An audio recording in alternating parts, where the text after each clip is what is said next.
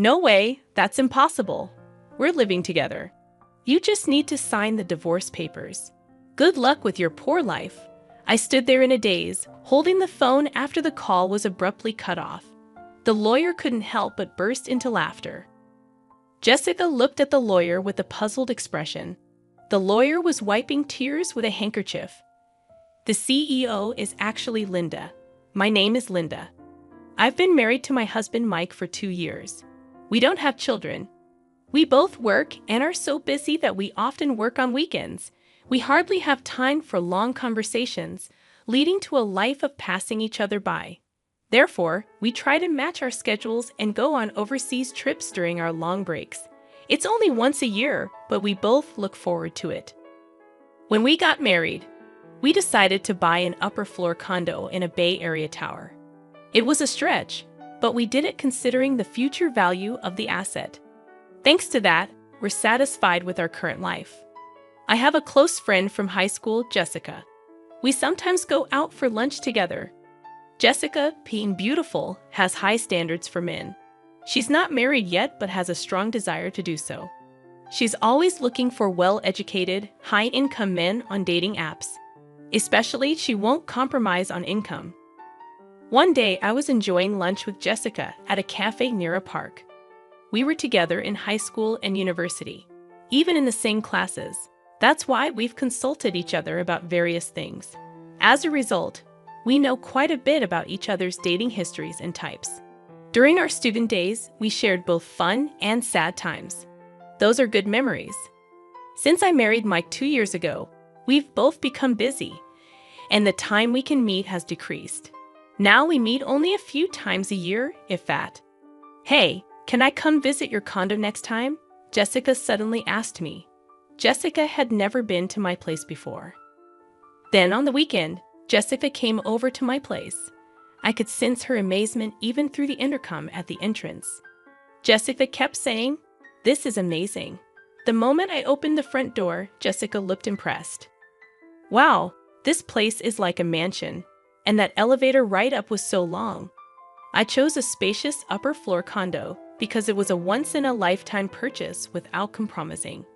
It's even more spacious than a house. It's beautiful, really incredible. Jessica looked around the house, turning her head in every direction. Great location and an upper floor in a high-rise like this must have cost a pretty fortune. Jessica asked with a sly smile. Yeah, it's what you'd call a $1 million condominium. It's got great security too. Look here. Jessica cut me off, reacting only to the term $1 million condominium. Right? It must be over $1 million. Your husband must be making a lot, she said, eyes wide with astonishment. That was so like Jessica. She's always had high standards for men, especially regarding their income. Mike's salary is quite high for his age, I guess, I said vaguely.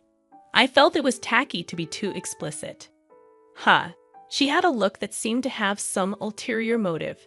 Jessica said, "Can I use your bathroom?" and left the living room. I told Jessica where the bathroom was and then started preparing tea in the kitchen.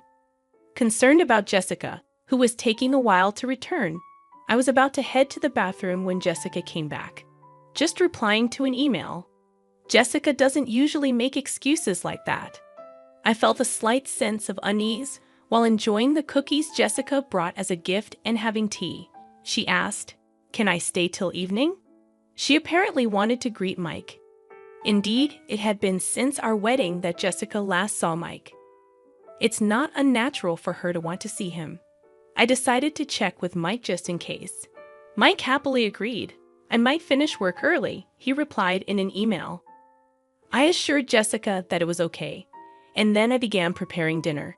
Jessica was initially engrossed in her smartphone, but eventually stood up and headed to the bathroom again. Unaware of the prolonged absence while cooking, I noticed when Jessica returned, she was wearing a necklace that seemed oddly familiar. It was mine. Staring at the necklace, Jessica flashed an embarrassed smile. How do I look? Does it suit me? She posed like a model. Stunned, I observed as Jessica started laughing, saying, "Oh, come on. I'm just kidding. I just found it and thought it was cute. It must have been super expensive, right? A premium piece for sure. She rambled like a child trying to justify her actions, labeling it a gift for Mike. Wow, he must be really wealthy to afford something like this, Jessica sighed. However, the necklace was stored in the closet in the bedroom. Jessica must have pretended to go to the bathroom and instead went to the bedroom, peeking into the closet. That's what it seemed like.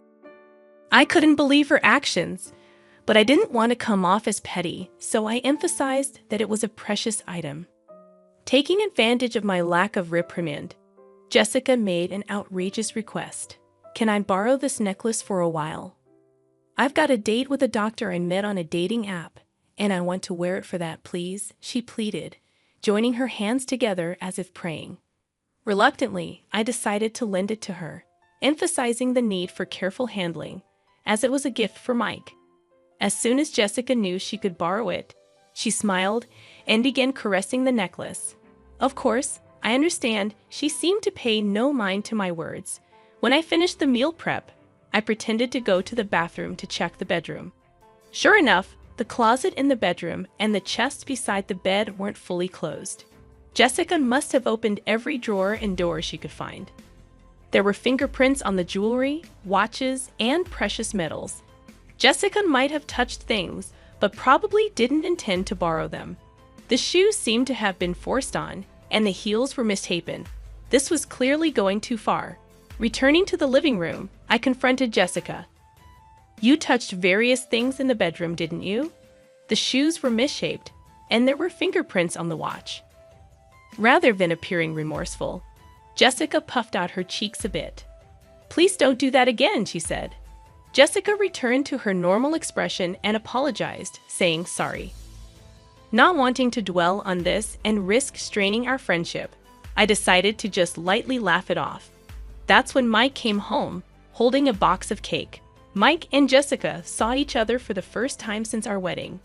It was awkward at first, but they gradually warmed up to each other, making for a lively dinner. By the time we ate the cake Mike brought, they were chatting like good friends. While I was clearing the dishes and washing up, they were laughing together. My boss is terrible, right? I envy Mike's subordinates. Mike was grinning, eyes crinkling with laughter. That's not true. I was a bit bothered by Jessica casually touching Mike. But at the time, I thought it was better than them being distant. After all, Mike wasn't the type of man Jessica usually goes out with. About a month after Jessica's visit, Mike's behavior started to change. He spent more time on his smartphone, which he usually didn't do much.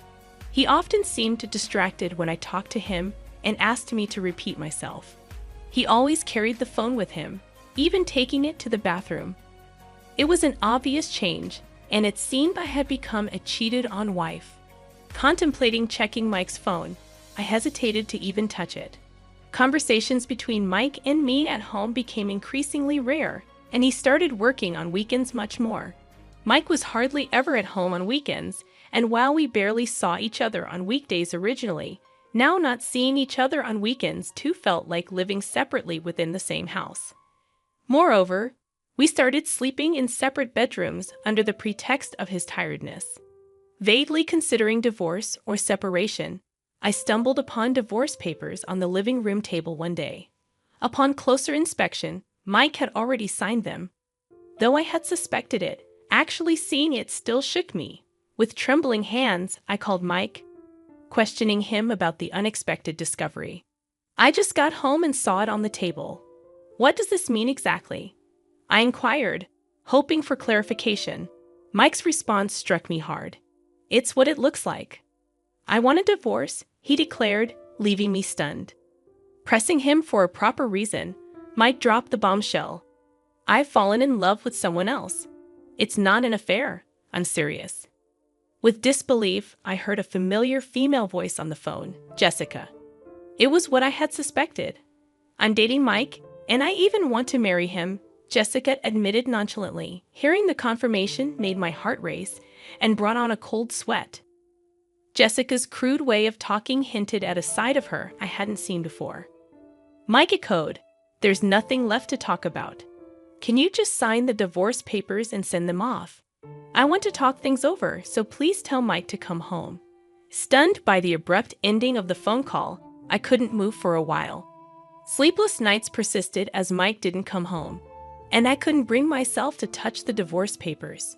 Jessica continued to torment me by sending multiple photos of her and Mike together, flaunting their relationship. My mental health deteriorated, and my complexion worsened. People around me became worried, urging me to seek medical help. Reluctantly, I ended up in treatment, managing to regain some peace with medication. An unbelievable incident unfolded upon my return from the hospital. Something felt off inside the room, and upon checking the bedroom, I discovered that bags and jewelry were missing. The count of jewelry watches in the chest was off too.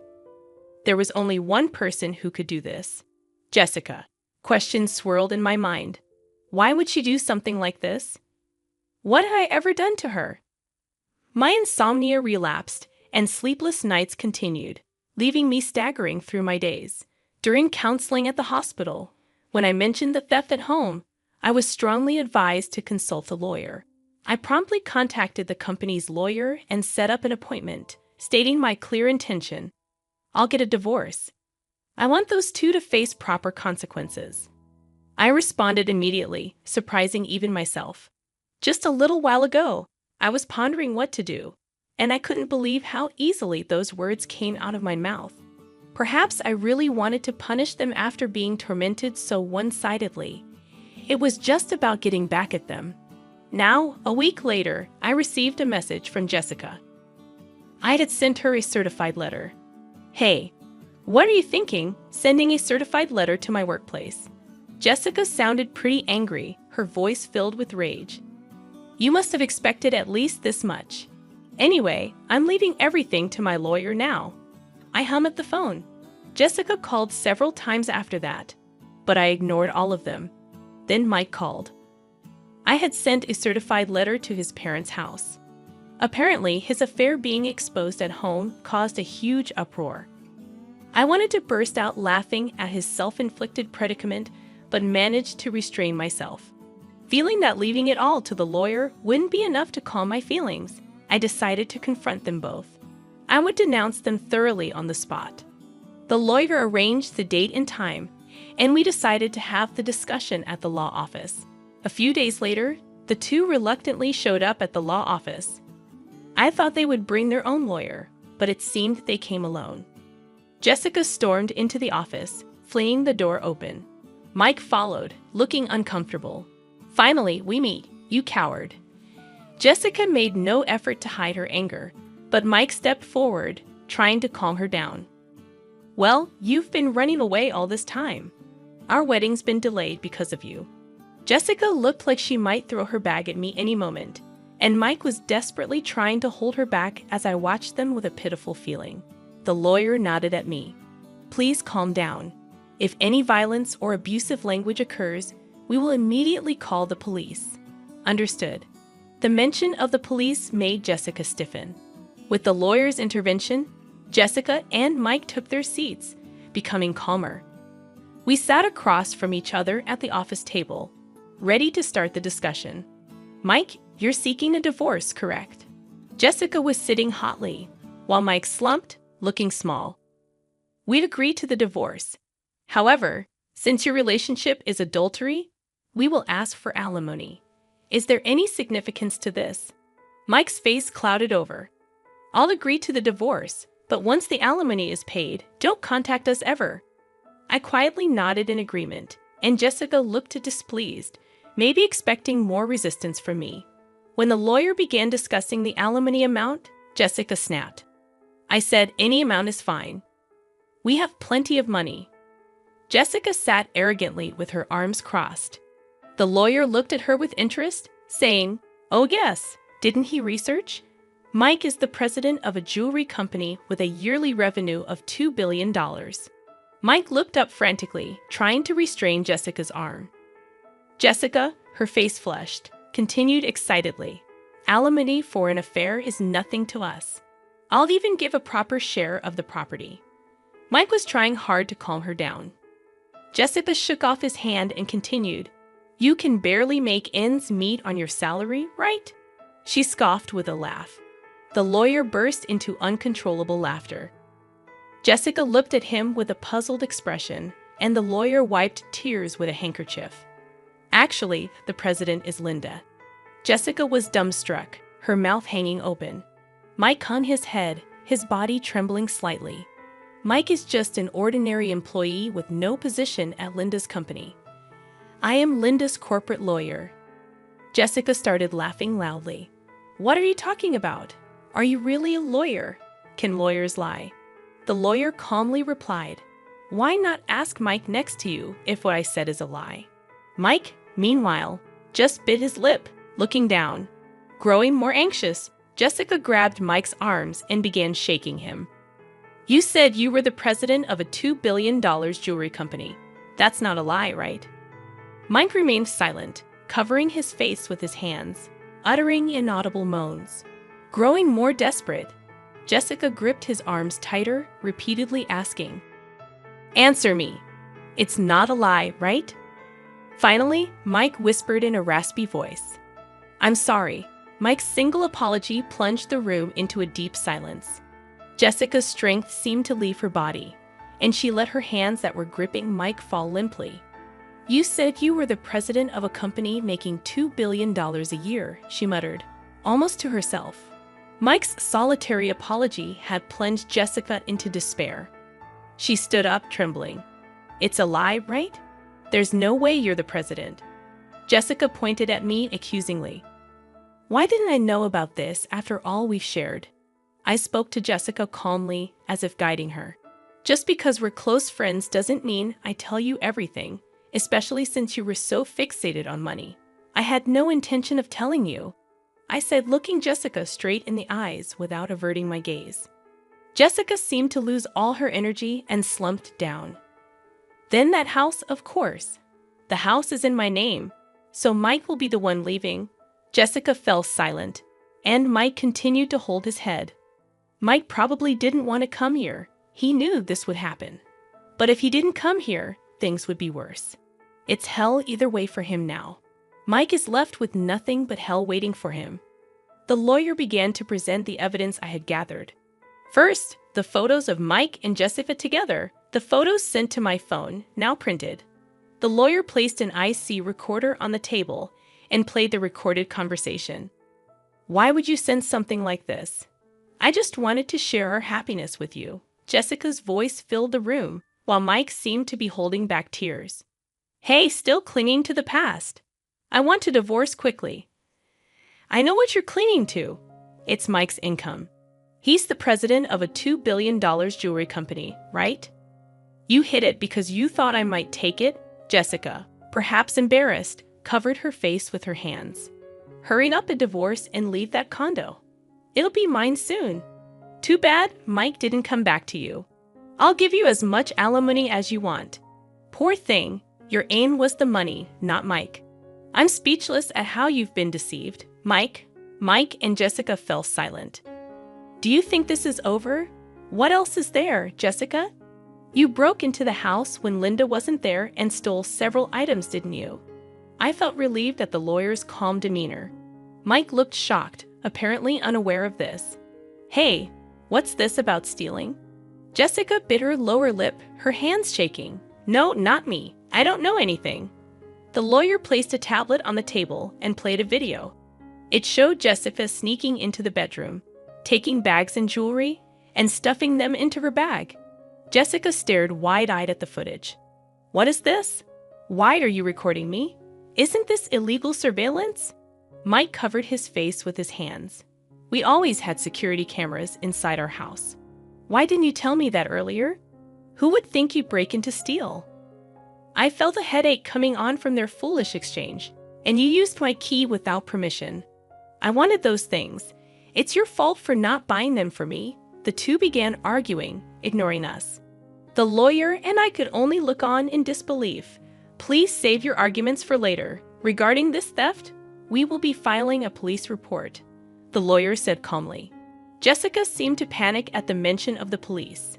"That's a bit much, isn't it?" I just borrowed something from a friend. I never gave you permission to borrow anything. I spoke to her calmly. Besides, you're not a friend or anything. You were just a classmate. That's why I'm filing a police report.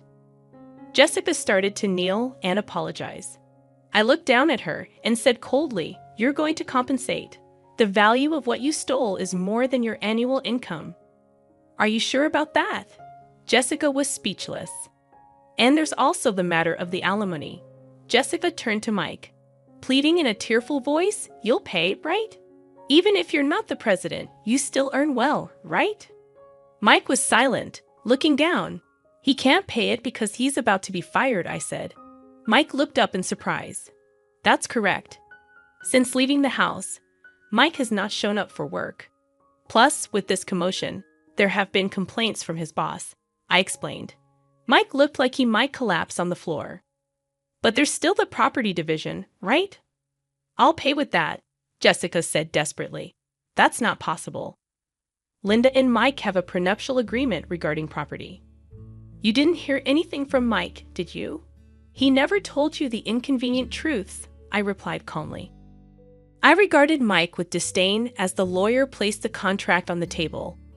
The agreement explicitly stated that if the marriage lasted less than 3 years, neither party could claim the other's property. Given that they were currently in the 2nd year of marriage, Jessica attempted to grab the document as if to tear it up. "You should handle that document carefully. It's a notarized deed, and you could be held legally accountable for damaging it," I warned. At the mention of potential legal consequences, Jessica halted her attempt to destroy the document and began to half-heartedly plead with Mike. "Mike, you have savings, right? Use that to pay," she suggested. Mike, looking at Jessica with resentful eyes, retorted, "What money? You always wanted sushi, steak. There's no way I have any savings left." "It appears that way. And it seems he has debts from unsavory sources," I added. Jessica's shoulders slumped, revealing the pitiable sight of the once glamorous appearance that used to turn heads. This was the result of the seeds she had sowed herself, leaving the two looking haggard and lost, muttering about how this wasn't supposed to happen and what they would do now. Deciding to leave the rest to the lawyer, I stood up to leave, emphasizing to Jessica, "Money isn't something you steal from others. It's something you earn through effort." After that, the divorce proceeded smoothly. I sent all of Mike's belongings back to his parents, who kept apologizing to me and even sent a letter of apology. Jessica, on the other hand, faced police interrogation for illegal entry and theft, leading to her arrest after admitting guilt. Although she showed remorse and an intent to compensate, her other crimes, including stealing from men she met on a dating app, suggested she might face a prison sentence. Mike, unable to live in Jessica's apartment, moved to an old apartment on the outskirts of town. Despite looking for a job, his unexplained absences and poor attitude at his last job made it challenging to get hired. He resorted to day labor to get by, receiving regular updates on their situations from the lawyer. I threw myself into work after the divorce. Currently, I am expanding our company's jewelry line to Europe, an idea that emerged during a break I took after the divorce. During that time, I had the chance to connect with the owner of a jewelry store in France. We bonded over shared experiences of divorce, and he agreed to showcase my company's jewelry in his store. Focusing on sales in France, I considered it a well-deserved perk after all I had been through.